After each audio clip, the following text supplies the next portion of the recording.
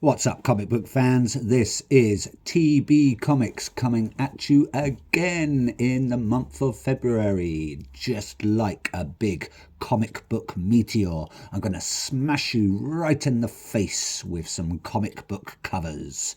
Anyway, without further ado, let's get started and see what I've got in store for you, my pretty little comic book fans. First up, coming from Mad Cave Studios, we have a new addition to the Gatchaman series. We have Gatchaman, Only One Earth. Well, I'd like to think there is only one Earth, but space is a vast and desolate place. But there might be another Earth, or something quite like it. Maybe who knows? Who cares? Because I'll never get into space. Sad times, sad times. Anyway, let's get started. So, Gatchaman, Only One Earth, number 1, or issue 1, as some people like to say. This is coming from Tommy Lee Edwards. I want to say Nuno Platti and Giada Marchisio and John Wokeman. So thank you very much, creative team, on that one. And that cover there is coming from, let's see. That cover there is actually coming from Tommy Lee Edwards. So thank you very much, Mr. Lee Edwards. Next up, we are going to go to IDW. Look, we've got The Exorcism at 1600 pen. Not like the writing instrument, but the address. And as you can see, this looks like a bit of an Exorcist homage cover. If anyone remembers that really, really, really good film, sort of. Bit long-winded, but, you know, apparently you're all going to die up there anyway.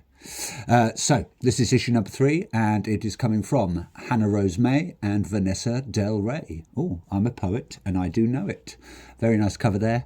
We've got our demon, or our devil, standing there in some light shining down from this window. Looks open to me. Maybe she's the person's calling out to this demon, or maybe he's just serenading someone up there. Who knows? Maybe they're in love. Sweet love. But that is issue 3, and it is coming from Johnson. That's all I know.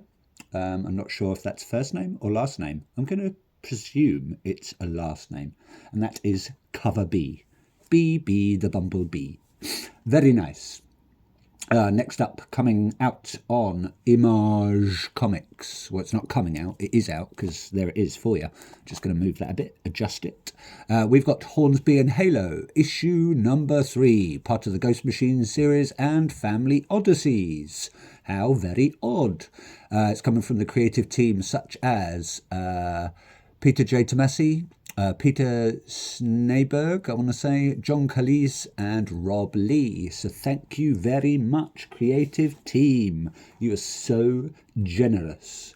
That's cover C, coming from Christian Alame, I want to say, and John Calise. So thank you very much, creative team, on that one. We've got Halo, we've got Hornsby. I don't know if that's actually their names, but it might be. Maybe they're just called Bob and Sarah. Who knows? And it looks like we've got some undead beings straight from the pits of hell. Sounds ominous, doesn't it?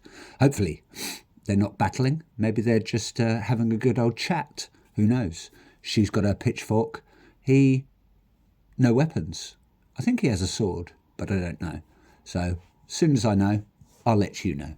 I'll keep you on the lowdown. I'll keep you in the know-how, yeah, because I'm like that. I'm so informative and information friendly, shall I say? Yeah. Next up, we're going to go to the same people, Image Comics, and again, We've got Peter J. Tomasi on this one, Francis Manpool, John Cleese again, and Rob Lee. Busy little people, aren't they? This is Rocket Fellas, or The Rocket Fellas, part of the Ghost Machine series, issue number 3, and Family Odysseys. We've got looking like our main antagonist on the front cover there. She's got some crazy old gun there, and looks like she's got a big knife. Wouldn't want to mess with her. Or a sword, maybe. You know, maybe on her planet it's a knife. But I would say that's definitely a sword. Looks like she means business. She's got something funky going on with her back there. And she's got glowing red eyes. So I really, really don't think she's out to make any friends. I think she means some sort of business. But in this issue, we've got a dinosaur. Cool. Maybe they're travelling back in time to see the old T-Rexes and the Triceratops. Who knows? Who cares? I will once I've read it. But yes, fingers crossed, it's going to be a good read. Next up, we're going to pop on over. Let's pop on over and see our friends at EC/Oni Press Comics for a bit of Cruel Kingdom. And this is issue number 2. Thank you very much, creative team, because this is coming from various artists, which I don't know. But that cover there is, I want to say, that's cover B, coming from Mr. Fowler, or Mrs. maybe, I'm not sure. I don't want to presume any genders and all that lot. So, yes, it's come from Fowler, it's cover B, it's Cruel Kingdom 2, and what a cruel kingdom we live in. So, we've got sorcery. We've got some weird little creatures coming at this man's gob. You know, maybe he's just cleaning his teeth. Maybe he's just pruning his beard a bit. Maybe he's checking his nose for some goblins, some nose goblins, you know, as you do. This woman there's looking a bit scared, though. She might need not worry, you know. It might all be good. But then again, they might be possessing him. You know, it's a bit disgusting anyway, having that in your mouth, you know. So maybe they're searching for some cavities, or, you know, maybe doing a bit of root canal on him. But looks like she might be next anyway. So, next up. Oh, yeah, I can't wait to get stuck into this, you know. What was it called? Cruel Universe was very good. Really good short stories. Haven't started reading Epitaphs of the Abyss yet, so I'll get into that at some point. But, yeah, can't wait. And I've got the nice black and white variant there. It looks a bit smudged, but it's not as part of it. And, you know, it looks like someone's been just writing all over it. But don't worry. Don't worry, people. It's all good. It's not damaged. It's meant to be like that. That cover there is coming from, I want to say, where's my little notes? I always like notes. They come in handy, don't they? That's the black and white variant, the artist's edition, coming from Fowler again. What a busy, busy person. And that would be cover D. So can't wait to get stuck into those. Oh, fumbling my words today. Oh, Gordon Bennett. Whatever next. Next up, we're going to go to Boom Studios for a bit of Hello Darkness, my old friend. This is issue number 7. I picked this up because I did not want to open the that Not Safe for Work Jenny Frison cover where she was showing some of her particulars and being caressed by a demon. But anyway, this is coming from, I want to say, Lovett, Parker, Sheridan, Neo, Gooch, Powell, Hazan, Nessie, Jay and Hack. Thank you very much. We've got some woman there. She's, I think she's like the main woman on most of these front covers. Looks like she's beckoning us to come and have a read, or go into these pits of hell, maybe. Or maybe she's telling us to look up because she's pointing. Or maybe she's trying to tickle these feet, all these possible corpse feet. You know, it's nothing like a good corpse feet tickling session, eh? We've got some tentacles there, not tentacruels, just tentacles. We've got a lot of blood, but this blood happens to be dripping upwards. Maybe it's upside down land, but she's swimming in it. Dirty old mare. She's going to have a big scab all over her legs. Maybe she wants to pick it off. Gross. We've got some hands there trying to clutch her dress. Maybe trying to strip her down to to her birthday suit. Doesn't look like she's phased though. She's quite happy. That cover there is coming from In-hyuk Lee, and it is cover D. So thank you very much, Mr. or Mrs. Lee. Next up. So I said I wasn't going to get this, but I bit the bullet because, bite the bullet, baby, because I got them on a cheap and there was no way I was going to pass this up. Yes, I've done it. I've gone there. I've picked up Absolute Batman. I've managed to get my hands, my greedy little comic book hands, on Batman issue 1, cover A, first printing. I was quite happy with that. It's part of the All-In series. Managed to get the nice black and white foil variant, the Absolute Batman Noir edition. Haven't read that yet, so I will at some point, but I'm just going to read these anyway, so I probably won't even touch the foil one. But yes, really nice cover there. Cover A, we've got Scott Snyder. We've got Nick Dragotta, and we've got Frank Martin. Thank you very much, creative team, on that one. And that is cover A, coming from Mr. Dragotta.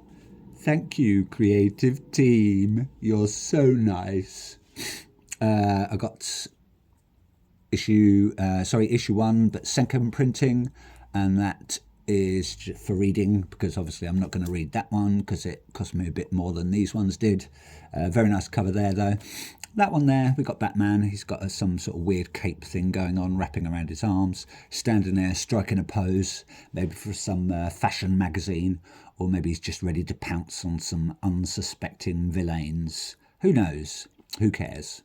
I do, because I want to read this. So not keen on the new Bat logo though. It looks like just a big black lump, a black bat block. Anyway, another cover there. As I was saying, that is the second printing, I want to say, or fourth printing maybe even. Yeah, I think it's fourth printing. Couldn't get the second printing. My apologies. That's fourth printing, cover A, coming from Nick Dragotta. So thank you very much, creative team, on that one. Next up we have boo! Absolute Batman issue number 2, again coming from the same creative team, and that is cover A again, coming from Nick Dragotta. But this time Batman is pouncing. I'm not sure who this man is. He's got a nice beard going on. He's got a gun. Batman's not scared of guns. Pfft. Guns are like toothpicks to Batman, but he's got a knife. A gun and a knife combo. That might be too much for Batman. Hopefully he's got some crazy special weapons in his utility belt. But he's pouncing. He's going to get his man. No worries there. Next up, we've got issue number 3 of Absolute Batman. Same creative team, same cover artist, Nick Dragotta. Thank you very much. Batman is just flipping through the air, spinning around. It looks like he's using his bat cape to sort of stab him to the ground and help him to fight these villains. This one's got a gun again. They mean business. Maybe they've just robbed a bank. Or maybe he's just, maybe showing them how to cross the road or how to walk safely through an alley in Gotham. I wouldn't want to do that. But my apologies for the lighting. I see I'm getting a bit of glare there. Hope that's not phasing you too much. Let's adjust the camera there for you. I'm so generous. And last but not least, we have Absolute Batman issue number 4. Again, same creative team. This time Batman's sort of like powering up. He's bulging his muscles. He's quite hench in this one, isn't he? This time he's got spikes on his back, so maybe that's part of his suit. I don't know. Do I care? Yes, I do, because I want to read it, because that's why I bought it. Don't know if I'm going to pick up Absolute Superman or Wonder Woman. I might do if I get them for the same price as I got these little beauties. But yeah, not sure what's going on here. Yeah, I'm quite interested about this bat suit technique. But yes, anyway, last but not least, I'm going to give you a nice little fun fact. It's possibly not true, but it is a fun fact.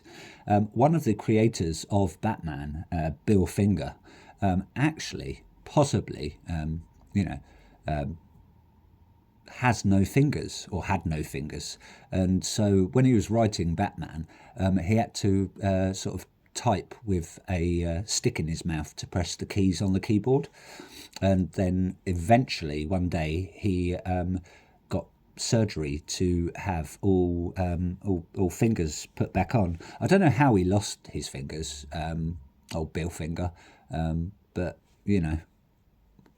what irony, eh? Bill Finger with no fingers. It's a fun fact, but it's possibly not true. Anyway, hope you've enjoyed these covers. Thank you for watching. Please like, please subscribe, do all that stuff that everyone does on YouTube, and I'll see you soon, my pretty little comic book fans. Ta-ta for now.